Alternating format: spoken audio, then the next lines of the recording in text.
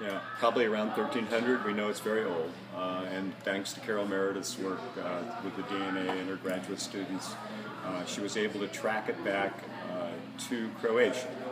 And we know it's been there for a long time.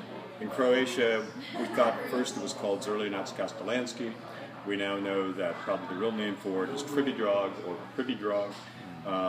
It made its way to Austria, to the Austro-Hungarian collection, and then made its way to the United States in 1824 to that hotbed of grape-growing Queens, Long Island, New York, where it was grown in hothouses for table grapes.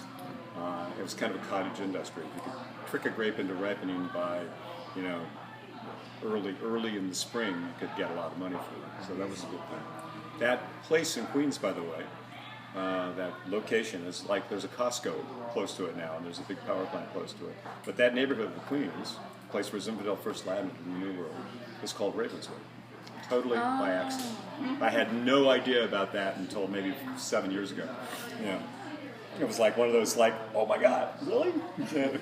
So, where did you come up with the name then? Well, I'll tell you the longer story at some point. I'm going to do it now because it'll take too long. But ultimately, it came from a tragic opera figure, and it also had to do with my interaction with ravens in my first harvest.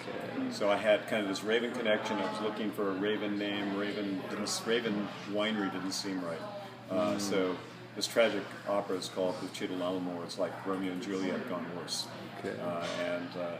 And it's based on a novel by Sir Walter Scott, who wrote Ivanhoe, called The Bride of Lammermoor, in which the erstwhile hero, that the Romeo character, is destined to ride off into the quicksand and drown.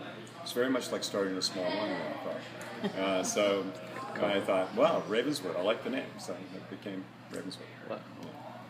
Yeah.